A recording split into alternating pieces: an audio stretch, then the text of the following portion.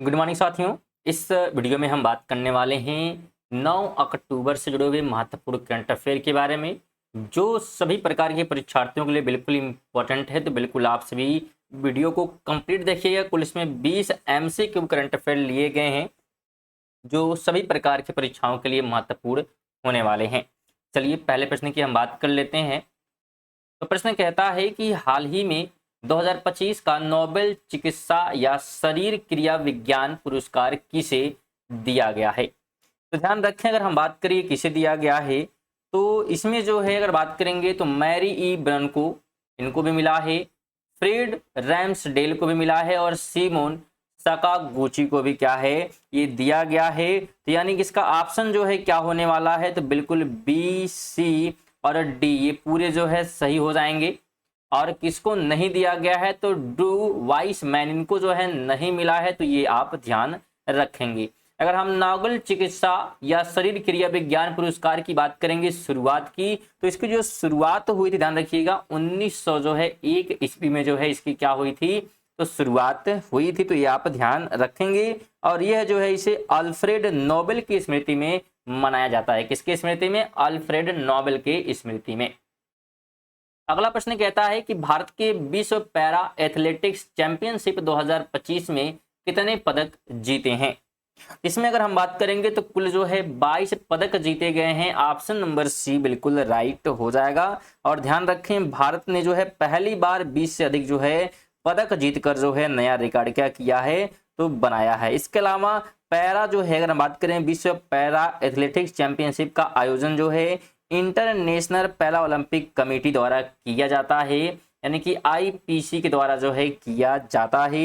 International para Olympic committee के द्वारा जो इसका आयोजन होता है। तो ये आप ध्यान रखेंगे।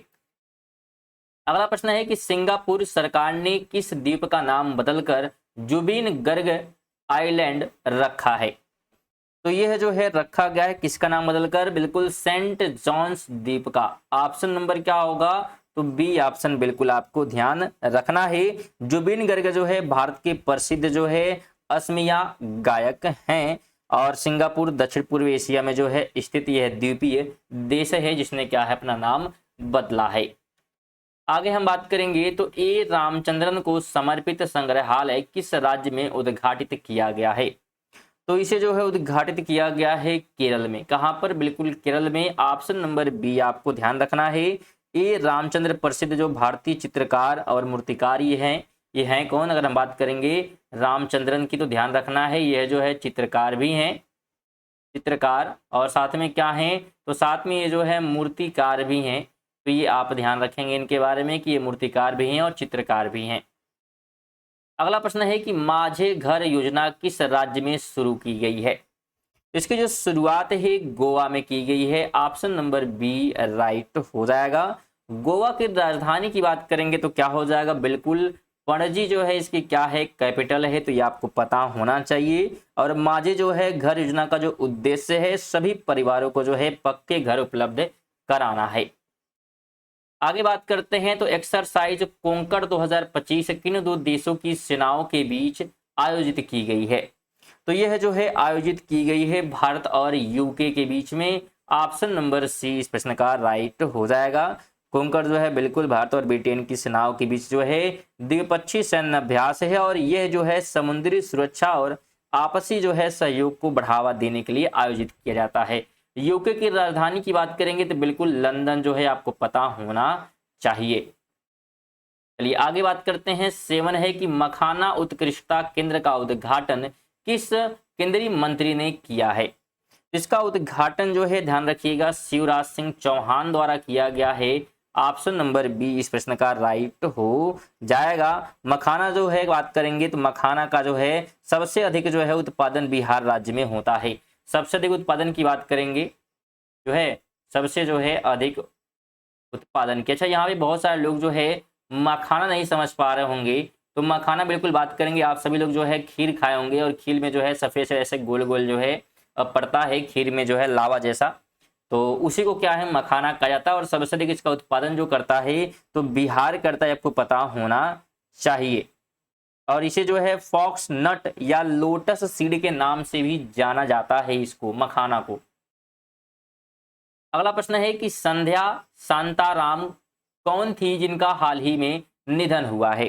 तो अगर हम इनकी बात करेंगे तो ये जो है अभिनेत्री थी। ऑप्शन नंबर बी राइट हो जाएगा। संध्या जो शांताराम प्रसिद्ध जो है अभिनेत्री और फिल्मकार वी शांताराम की पत्नी थी और उनकी प्रसिद्ध जो फिल्म थी 2 आंखें 12 हाथ। तो ये आप ध्यान रखेंगे। और प्रसिद्ध जो है फिल्म की बात करें तो 2 जो है आंखें, ये तो ठीक है, और 12 जो है क्या हो जाएंगे तो हाथ। तो ये जो है फिल्म का नाम है, तो ये आपको क्या है पता होना चाहिए।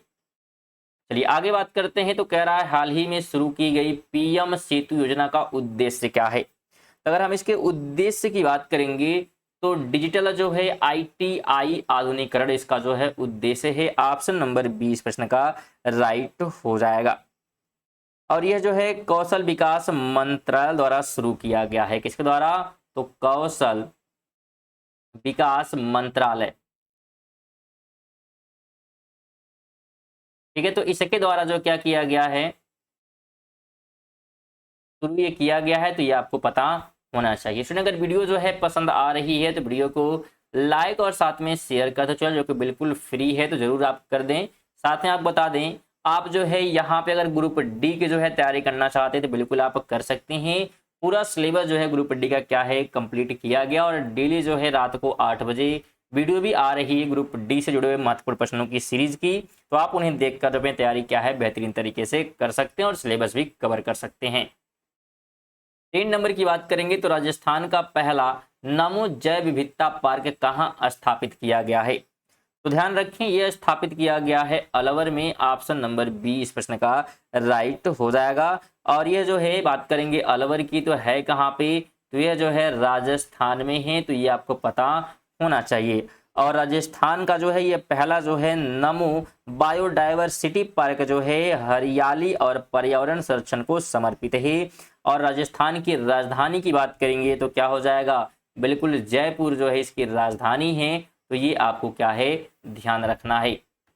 आगे हम बात करते हैं तो निम्न में से किस दिन विश्व कपास दिवस मनाया जाता है। तो अगर हम विश्व जो है कपास दिवस की बात करेंगे तो 7 अक्टूबर को मनाया जाता है। बी ऑप्शन इस प्रश्न का राइट हो जाएगा। आगे बात करते हैं तो संध्या शांताराम का 87 वर्ष की आयु में निधन हो गया है, वे कौन थी। तो वापस एक क्वेश्चन जो है रिपीट हो गया है।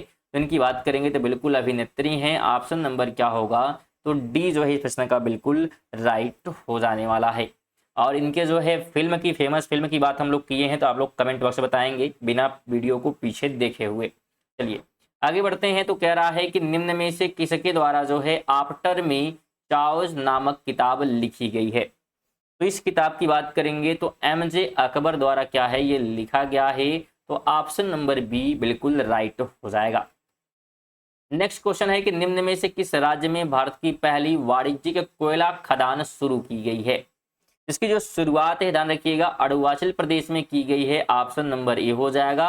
और अरुणाचल प्रदेश की राजधानी की बात करेंगे तो ईटानगर है। क्या है, बिल्कुल ईटानगर जो इसकी राजधानी है। सीएम की भी बात कर लेते हैं तो सीएम का नाम जो है पेमा खांडू, ये जो है वहां के सीएम हैं। तो ये स्टैटिक जीके आप ध्यान रखेंगे इस प्रश्न से जुड़ा हुआ। 15 की बात करेंगे तो निम्न में से किस राज्य या केंद्र शासित प्रदेश में भारत का एकमात्र मड ज्वालामुखी स्थित है जिसमें 20 साल बाद विस्फोट हुआ है। तो ये जो है कहां पर है, तो अंडमान निकोबार में है। तो डी ऑप्शन क्या होगा इस प्रश्न का राइट हो जाएगा।